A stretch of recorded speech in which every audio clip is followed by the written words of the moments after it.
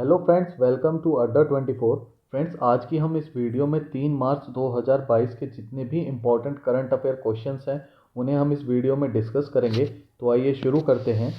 हमारा first question है, हाल ही में 46वां सिविल लेखा दिवस कब मनाया गया? तो इसका जो राइट आंसर है वो है ऑप्शन नंबर बी, यानी कि 2 मार्च। जी हाँ, 2 मार्च में जो है सिविल लेखा दिवस मनाया गया है। इम्पोर्टेंट है, इसके बारे में देखते हैं थोड़ा। ये जो 46वां सिविल लेखा दिवस था, जिसे हम इंग्लिश में सिविल अकाउंट डे कहते हैं, ये 2 मार्च 2022 को डॉक्टर अंबेडकर इंटरनेशनल सेंटर जनपथ नई दिल्ली में मनाया गया है। इस अवसर पर वित्त और कॉरपोरेट मामलों की मंत्री श्रीमती निर्मला सीतारमण जो है वो मुख्य अतिथि थी। नेक्स्ट क्वेश्चन देखते हैं। हमारा अगला क्वेश्चन है, हाल ही में किसे NAAC के अध्यक्ष के रूप में नियुक्त किया गया है?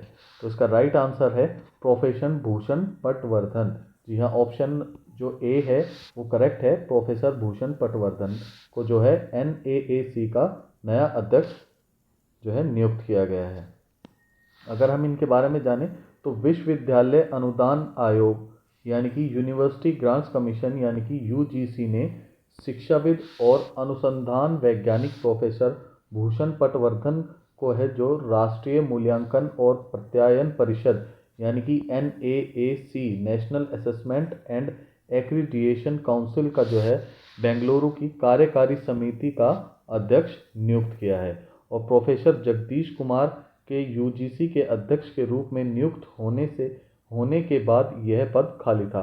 तो यानी कि NAAC के जो पहले अध्यक्ष थे, इनसे पहले वो थे प्रोफेसर जगदीश कुमार। इम्पोर्टेंट है, याद रखेंगे। नेक्स्ट क्वेश्चन देखते हैं। हमारा अगला क्वेश्चन है, हाल ही में IOC इंटरनेशनल ओलंपिक कमेटी ने कहाँ के राष्ट्रपति से ओलंपिक ऑर्डर पुरस्कार वापस ले लिया है? तो ये लिया है रूस के राष्ट्रपति से। जी हाँ, इंपॉर्टेंट है, एग्जाम के पॉइंट ऑफ व्यू से याद रखेंगे। रूस के राष्ट्रपति से IOC ने ओलंपिक ऑर्डर पुरस्कार जो है वापस ले लिया है। अगर हम बात करें IOC की स्थापना की, यानी कि इंटरनेशनल ओलंपिक कमीशन की जो स्थापना है वो हुई थी 23 जून 1894 को पेरिस में। अगर हम बात करें इसके मुख्यालय की यानी कि हेडक्वार्टर की, तो यह है लोसाने स्विट्जरलैंड में। अगर हम बात करें कि अभी जो हाल ही में IOC के अध्यक्ष हैं वो कौन है, तो ये हैं थॉमस बैच। याद रखेंगे, थॉमस बैच जो हैं वो IOC के अध्यक्ष हैं। देखते हैं थोड़ा इसके बारे में।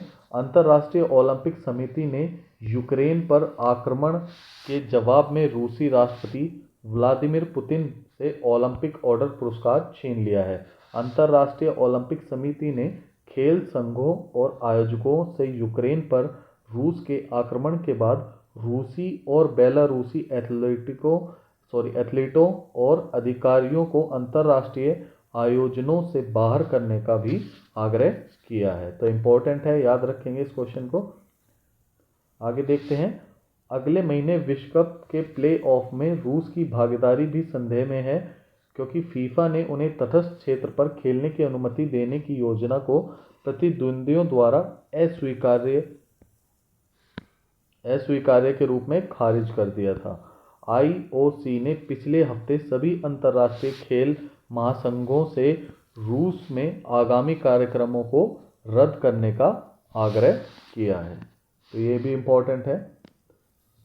नेक्स्ट क्वेश्चन देखते हैं। हमारा अगला क्वेश्चन है, किसने मुख्यमंत्री MK स्टालिन की आत्मकथा उंगलिल ओरुवन का जो है विमोचन किया है, यानी कि इनॉग्रेशन किया है? तो ये किसने किया है? तो इसका ऑप्शन नंबर ए करेक्ट है, राहुल गांधी ने। जी हाँ, राहुल गांधी ने जो है मुख्यमंत्री MK स्टालिन की जो आत्मकथा है उंगलिल ओवुरन, उसकी जो है इनॉग्रेशन किया है। उसकी जो आत्मकथा है उनका उसका विमोचन किया है। नेक्स्ट देखते हैं। अगर हम इनके बारे में जानें तो कांग्रेस नेता राहुल गांधी ने चेन्नई में, जी हाँ, ये कहाँ पर हुआ है, इसका किताब का विमोचन ये हुआ है चेन्नई में, तमिलनाडु के मुख्यमंत्री MK स्टालिन की आत्मकथा उंगलिल ओरुवन का पहला खंड जो है वो लॉन्च किया है। नेक्स्ट देखते हैं। हमारा अगला क्वेश्चन है वो है 31वें साउथ ईस्ट एशियन गेम्स 12 से 23 मई 2022 में कहाँ आयोजित होंगे? तो इसका जो राइट आंसर है वो है ऑप्शन नंबर बी, यानी कि वियतनाम। जी हाँ, वियतनाम में जो है 31वें साउथ ईस्ट एशियन गेम्स जो है आयोजित होंगे, जो कि 12 से लेकर 23 मई के बीच में आयोजित होंगे। अगर हम बात करें इसके मोटो की, तो इसका जो मोटो है वो है एक मजबूत दक्षिण पूर्व एशिया के लिए। इम्पोर्टेंट है, याद रखेंगे, एक मजबूत दक्षिण पूर्व एशिया के लिए।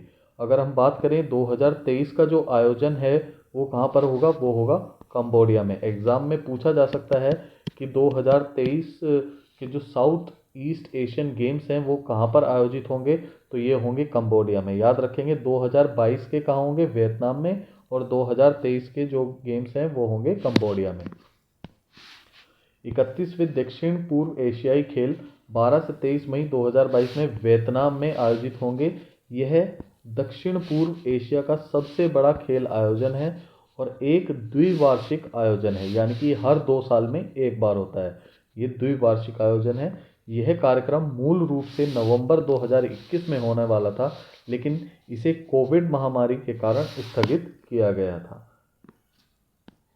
अगला देखते हैं। हमारा अगला क्वेश्चन है, हाल ही में BSES द्वारा पहला smart manage EV charging station, जी हाँ, smart manage EV charging station कहाँ पर शुरू किया गया है?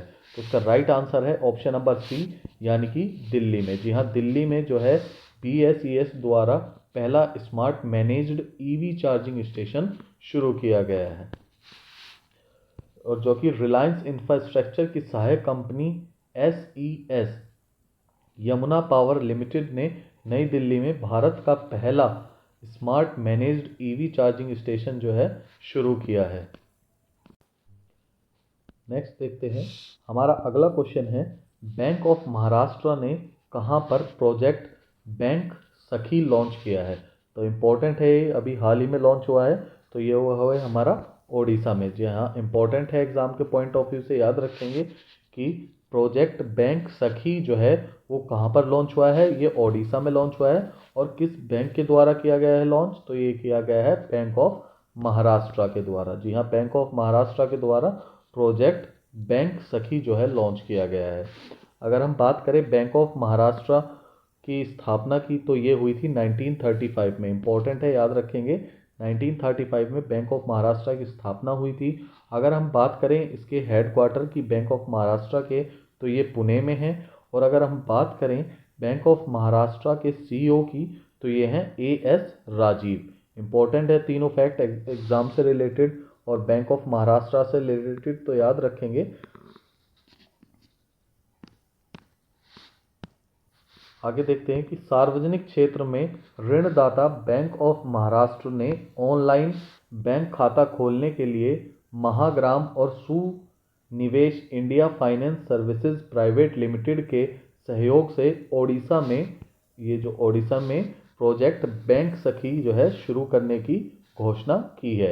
यह बैंक खाता खोलने के लिए उड़ीसा के लोगों को घर घर और परेशानी मुक्त पहुंच प्रदान करेगा। उड़ीसा के लोग हमारी अभिनव ग्राहक अनुकूल वित्तीय सेवाओं का उपयोग कर रहे हैं और डिजिटल और भौतिक टच पॉइंट में सर्वश्रेष्ठ ग्राहक अनुभव का उपयोग कर रहे हैं, ऐसा इनका ये कहना है। तो याद रखेंगे। नेक्स्ट क्वेश्चन देखते हैं। हमारा अगला क्वेश्चन है, हाल ही में गूगल ने कहाँ पर प्ले पास सब्सक्रिप्शन शुरू किया है? तो ये किया है भारत में। जी हाँ, इंडिया में जो है अभी हाल ही में गूगल ने प्ले पास सब्सक्रिप्शन जो है शुरू किया है। अगर हम बात करें गूगल की स्थापना की, तो ये गूगल की जो स्थापना हुई थी वो 4 सितंबर 1998 में हुई थी। याद रखेंगे, 4 सितंबर 1998 में।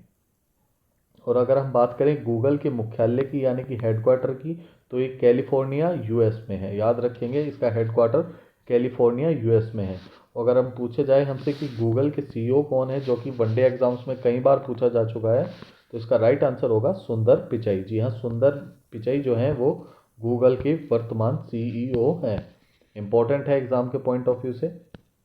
थोड़ा देख लेते हैं कि गूगल ने भारत में प्ले पास सब्सक्रिप्शन सेवा शुरू करने की घोषणा की है, जो एंड्रॉयड डिवाइस उपयोगकर्ताओं को विज्ञापनों, इन ऐप खरीदारी और अग्रिम भुगतान के बिना 1000 से अधिक एप्लीकेशन और गेम तक पहुंच प्रदान करेगी।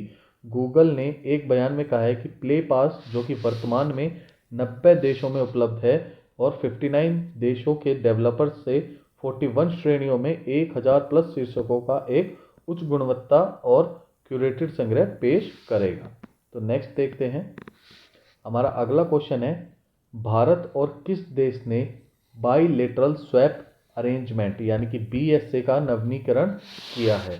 तो ये किया है किस भारत और किसके बीच? तो इसका ऑप्शन नंबर बी करेक्ट है, यानी कि जापान। जी हाँ, भारत और जापान ने जो है अभी हाल ही में बाईलेटरल स्वैप अरेंजमेंट का नवीनीकरण किया है। अगर हम यहाँ बात करें जापान की कैपिटल की, तो जापान की जो कैपिटल है वो टोक्यो है। और अगर हम बात करें जापान की करेंसी की, तो वो येन है, इम्पोर्टेंट है देख। और अगर हम बात करें कि जापान में अभी हाल में सम्राट कौन है प्रेजेंट में, तो वो है नारूहितो, इम्पोर्टेंट है, याद रखेंगे। जापान के सम्राट जो हैं वो हैं नारूहितो। और अगर हम बात करें जापान के PM की, तो जापान के जो PM हैं वो हैं फूमियो किशिदा, याद रखेंगे, फूमियो किशिदा। इनसे पहले थे शिंजो आबे। नेक्स्ट क्वेश्चन देखते हैं।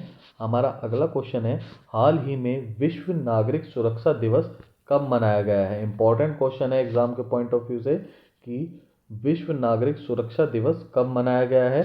तो इसका ऑप्शन नंबर 1 करेक्ट है, यानी कि 1 मार्च को। जी हाँ, 1 मार्च को जो है वर्ल्ड सिविल डिफेंस डे मनाया गया है। अगर हम बात करें इस सिविल डिफेंस डे का जो विषय था, जो थीम थी, वो क्या थी? तो विश्व नागरिक सुरक्षा दिवस 2022 का जो विषय है, थीम है, वो है आपदाओं और संकटों का सामना करने में विस्थापित आबादी का नागरिक सुरक्षा और प्रबंधन, स्वयंसेवकों की भूमिका और महामारी के खिलाफ लड़ाई। तो ये इसका जो है थीम है, विषय है, इम्पोर्टेंट है, याद रखेंगे इसे। नेक्स्ट क्वेश्चन देखते हैं। हमारा अगला क्वेश्चन है, हाल ही में किसने दुनिया के सबसे बड़े विमान मारिया को तबाह कर दिया है? तो इसका राइट आंसर है ऑप्शन नंबर सी, जो कि रूस है। जी हाँ, रूस ने अभी हाल ही में जो है दुनिया के सबसे बड़े विमान मारिया को तबाह कर दिया है। अगर हम बात करें यहाँ पर रशिया की कैपिटल की, तो रशिया की जो कैपिटल है वो मॉस्को है, इम्पोर्टेंट है। और अगर हम बात करें रशिया की करेंसी की, तो वो रूबल है। और अगर हम बात करें रशिया के प्रेसिडेंट कौन है अभी वर्तमान में, तो वो हैं व्लादिमीर पुतिन, इम्पोर्टेंट है, याद रखेंगे। So friends, thank you for watching this video. और अगर फ्रेंड्स आपको ये वीडियो बहुत अच्छी लगी है तो प्लीज़ इसे ज़्यादा से ज़्यादा शेयर कीजिए, लाइक कीजिए और हमारे चैनल अड्डा 24 को सब्सक्राइब कीजिए और जो साथ में बेल आइकन है उस पर क्लिक कीजिए ताकि आपको हमारी लेटेस्ट वीडियो का नोटिफिकेशन मिलता रहे। सो फ्रेंड्स, इस वीडियो में इतना ही। Thank you.